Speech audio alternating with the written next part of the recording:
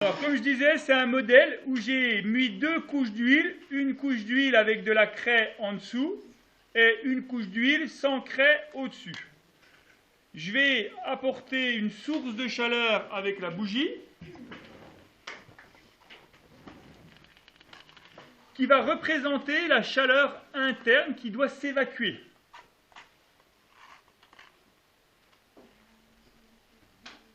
Voilà. J'allume la bougie, je vais la centrer. Hop, j'ai mon petit caillou ici. Je la centre et je mets la source de chaleur de manière, si possible, centrée par rapport à mon huile. D'après vous, qu'est-ce qui va se passer? Oui. Pourquoi ça va monter? Ça va durcir, ça va monter. Qu'est-ce que vous en pensez? Ça va devenir tout trouble avec la craie. Ça commence. Ah, ça commence à monter. Ah, c'est bizarre. Regardez.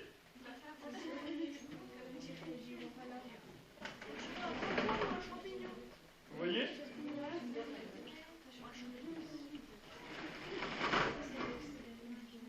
Vous avez le modèle ici, où, à la verticale de la zone la plus chaude, les roches remontent, ici, et vont aller se refroidir au contact de l'air en surface. Et regardez ce qui se passe ensuite. Qu'est-ce que vous observez là? Donc on a la colonne de chaleur. Oui? Bah que ça diminue en bas, puis ça augmente. Oui, mais regardez bien ce qu'on voit.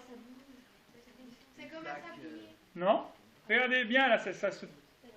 Et ça redescend, c'est-à-dire que ça s'est refroidi, ça redevient plus dense, ça redescend, et ça va venir ici jusqu'au contact de la zone, et ça va faire un mouvement. Et ce mouvement des roches de la sténosphère, c'est ce qu'on appelle de la convection. Oui? C'est comme une lave. C'est un peu le principe, sauf que là on voit bien le mouvement où ça va au contact de l'air, ça s'écarte et ça redescend. Alors dans les trois dimensions de l'espace, c'est le défaut du modèle, hein, ici, mais vous voyez que ça redescend le long des parois et ça va faire un cercle. Alors après on ne voit plus rien à la fin. Donc là on a obtenu le visuel le plus intéressant juste avant. Donc là j'arrête.